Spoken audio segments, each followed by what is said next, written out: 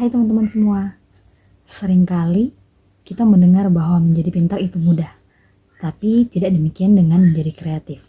Banyak orang pintar tetapi tidak dengan kreatif. Nah, sebelum kita menjelaskan tentang apa itu kreatif, mari kita simak penjelasan kreativitas menurut para ahli. Yang pertama ada Sandrock. Menurutnya, kreativitas adalah cara untuk berpikir dengan cara yang baru dan bukanlah sesuatu yang biasa, sehingga menghasilkan sesuatu yang unik dalam bentuk solusi. Nah, sedangkan menurut Widayatun, kreativitas adalah kemampuan seseorang untuk memecahkan masalah. Ide tersebut adalah ide yang asli dan mampu menyesuaikan dengan fungsi serta kegunaannya agar semakin berkembang. Nah, kita lanjut pada penjelasan kreativitas lainnya. Check this out. Kita lanjut nih guys, pada kreativitas mempunyai pendekatan 4P. Yang pertama itu ada pribadi atau person, yang memiliki pengertian bahwa tindakan kreatif muncul dari keunikan keseluruhan kepribadian dalam interaksi dengan lingkungannya. Nah, kita lanjut yang kedua, ada proses. Proses adalah merangsang anak untuk melibatkan dirinya dalam kegiatan kreatif dengan membantu mengusahakan sarana prasarana yang diperlukan dalam memberi kebebasan kepada anak untuk mengekspresikan dirinya secara kreatif dengan tidak merugikan orang lain atau lingkungan sekitar. Nah, kita lanjut yang ketiga, yaitu pendorong atau press. Bakat dan kreativitas dapat berkembang dalam lingkungan yang mendukung, misalnya pengaruh motivasi guru dan orang tua, tetapi dapat pula terhambat jika dalam lingkungan yang tidak menunjang. Nah, yang keempat atau yang terakhir yaitu produk. Berfokus pada produk kreatif yang menekankan pada orisinalitas, yang berkemampuan untuk menghasilkan sesuatu yang baru dan berkombinasi sesuatu hal yang sudah ada sebelumnya. Nah, selain 4 pendekatan P yang tadi sudah kita jelaskan bersama, ada 4 proses kreatif menurut Wallace atau teori Wallace yang sering dikenal oleh masyarakat lainnya, yaitu teori Wallace. Nah, jika tadi kita sudah menjelaskan 4P secara umum, nah kali ini kita akan menjelaskan tentang 4P yang dikemukakan oleh Wallace, yang terkenal dalam bukunya The Art of Thought pada tahun 1926. Nah, pada bukunya itu Wallace menjelaskan bahwa kreatif meliputi 4 tahap, yaitu yang pertama persiapan, yang kedua inkubasi, ketiga iluminasi, dan yang keempat itu verifikasi. Nah, penjelasannya yang lebih jelas adalah pada tahap pertama atau tahap persiapan, seseorang mempersiapkan diri untuk memecahkan masalah dengan belajar berpikir, mencari jawaban, bertanya kepada orang lain, dan sebagainya.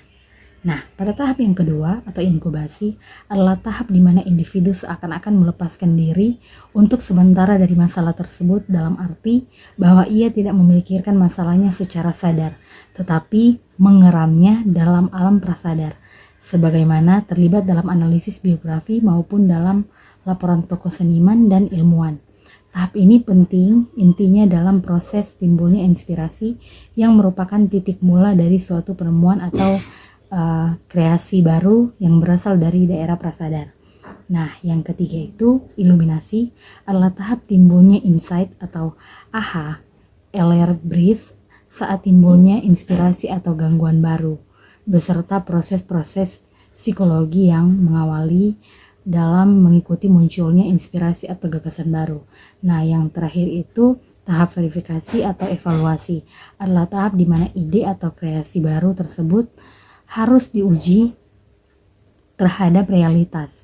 Nah, di sini diperlukan pemikiran kritis dan konvergen. Dengan perkataan lain, proses divergensi atau pemikiran kreatif harus diikuti oleh proses konvergensi atau pemikiran kritis. Nah, jika kita berbicara tentang kreatif, anak-anak yang kreatif itu seperti apa sih? Nah, mari kita bahas dalam video ini.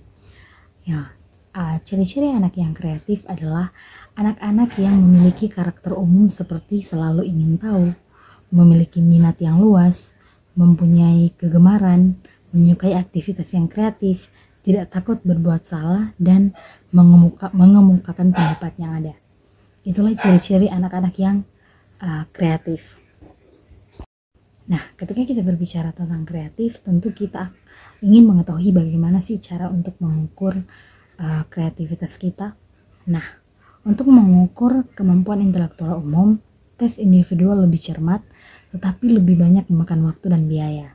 Yang sudah digunakan di Indonesia adalah tes Stanford Binet dan Basel Intelligence Scale for Children. Tes intelijensi kelompok lebih efisien dalam ukuran waktu dan biaya. Nah, keterbatasannya adalah kita tidak tahu apakah prestasi anak sudah optimal.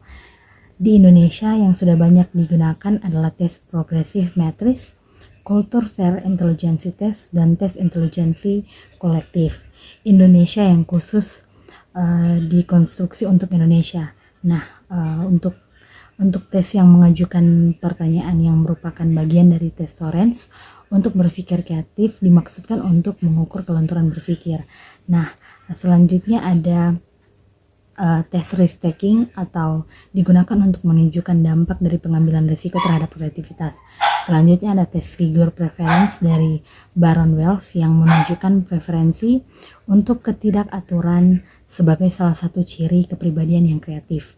Nah, yang terakhir itu tes sex role identity untuk mengukur sejauh mana seseorang mengidentifikasi diri dengan peran jenis kelaminnya. Alat yang sudah digunakan di Indonesia ialah Band Sex Role Inventory. Sekian video dari saya, semoga teman-teman lain dapat menggunakan materi saya sebagai bahan untuk belajar, dan sekian. Terima kasih.